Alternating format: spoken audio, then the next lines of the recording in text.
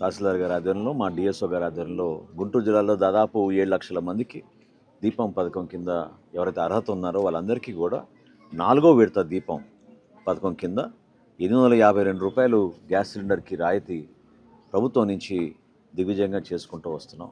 ఇప్పుడు వరకు రాష్ట్ర వ్యాప్తంగా దాదాపు 3 కోట్ల పైనే గ్యాస్ సిలిండర్లు ఉచితంగా అందించడం జరిగింది. 3 విడతలు అయిపోయినాయి. ఇది 4వ విడత. మార్చి చివరి వరకు ఈ 4వ విడత దీపం పథకం అమలవుతోంది. ఎవరైనా సరే లబ్ధిదారులు తప్పకుండా వాళ్ళు బుక్ చేసుకున్న తర్వాత సిలిండర్ డెలివరీ అయిన 48 గంటల్లోనే వాళ్ళ ఖాతాల్లోకి డబ్బులు కేంద్ర ప్రభుత్వం రాష్ట్ర ప్రభుత్వం సంయుక్తంగా చేస్తున్న కార్యక్రమం.